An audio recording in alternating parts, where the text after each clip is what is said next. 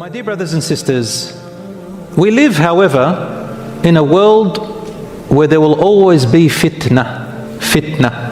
And the definition in Islam of the word fitna means tests, trials and tribulations in life, in both good and bad things. Tests, trials, tribulations in our life, in both good and bad things. We get tested, trialed and tribulated with our luxuries, with our comfort, with our blessings, with our looks, with our reputation, with our status, with our position, with our money, with our business, with our success. All of these are a fitna. And we also are tested with trials, tribulations, and tests with the opposite, with lack of wealth, loss of lives, with certain hardships in our life, with conflicts, with death, with sickness, and so on. The word fitna, its origin in Arabic means to bring out the truth or the purity, or to bring out what is beneath something. So usually they used to use it for gold. When you can bring out gold from the earth and it's mixed with other properties, it goes through a heating process, a difficult heating process, in order to extract the pure gold out of it. And the more heat there is and the more the process is intense, the more pure the gold comes out. So Allah subhanahu wa ta'ala gives us fitna through good and bad. What comes out of you? You can come out gold, or you can come out something else. My brothers and sisters, here are some 6 ways the scholars counted different types of fitna that happen in our life. Number 1, I'll just call them tests. Test in temptations, desires and lusts. First fitna. Number 2, test in wealth, success, ease and loss. Second type of fitna. Number 3, test in our families. Another type of fitna. Number 4, test in tragedies and disasters.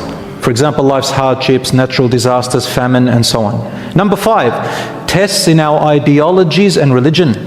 That's probably the most difficult one, to be tested in our ideologies and our religion. Today, this is probably the hardest one in our time that we're living in, with the extreme networking and social media that we have. Number 6, test in conflicts and fights and confusion between people. And this is when wars, conflicts, oppression, persecution, misinformation, cults, killing, like what is happening now. This is a fitna when people are harmed. Confusion, conflict, killing, murders, cults, oppression, wars. Rasul sallallahu alaihi wasallam told us to do something about all this. He said, the hadith is in Sahih Muslim, بادروا بالأعمال الصالحة. Hasten, be quick, don't procrastinate. Hasten in doing righteous deeds now. Don't wait till tomorrow. Then he said, فَسَتَكُونُ فِتَنًا. For soon there shall come tests, trials and tribulations. كَقِطَعِ اللَّيْلِ الْمُظْلِمِ. Like walking in a pitch dark road. If you're walking in a pitch dark road, you don't know what's in front of you, what beasts lurk, what ditches there are, what objects there are in front of you. You don't know where you're going. That's called fitan.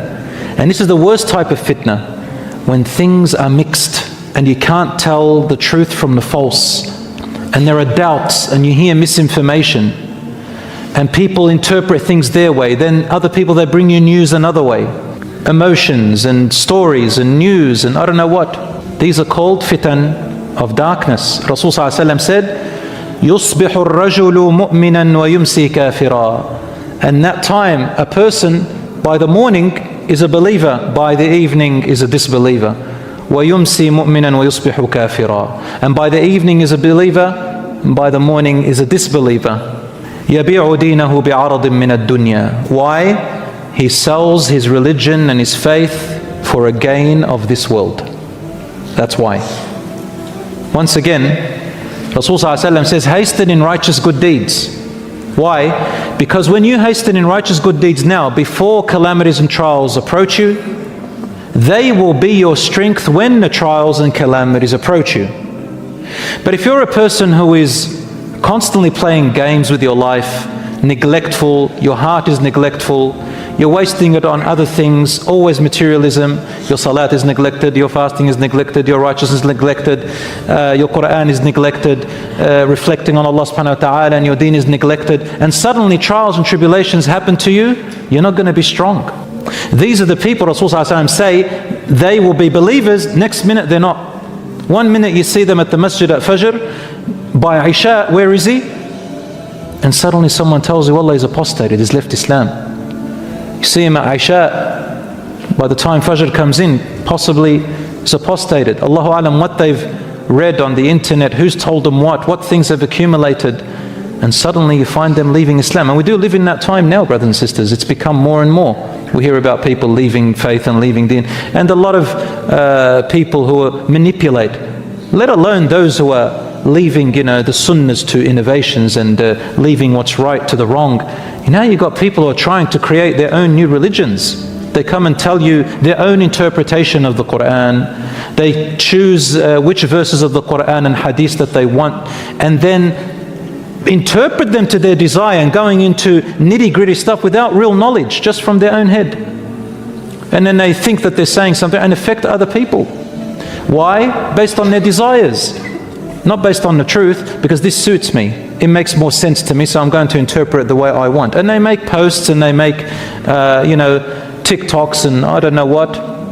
And somehow, I don't know why, maybe it's like psychological sorcery, that I don't know why, when something goes on, a post goes on, suddenly it becomes magically true in our mind. I don't know why. You see that same person would say that to you, and you say, shut up man, you don't know what you're talking about. Suddenly you see that same person posting on TikTok, thousands of people believe it. What is it about the screen that does this magic? Is there some kind of classical operant conditioning of psychology that these algorithms work in? I think there are. I think there's studies about that. They suck you in. But Rasul sallallahu alaihi wasallam is saying people become believers in this build by night. And so very quickly from this to that. And he said that they sell their religion for material gain, a status, a position, money, fame, luxury, comfort, desires, temptations, in the name of so-called love, attraction, whatever it is. All that is superficial. Rasulullah says, بِعَرَضٍ مِّنَ الدُّنْيَا. Arad means filthy, worthless things of this dunya, which you're going to leave all behind. It means nothing. There's no value to it.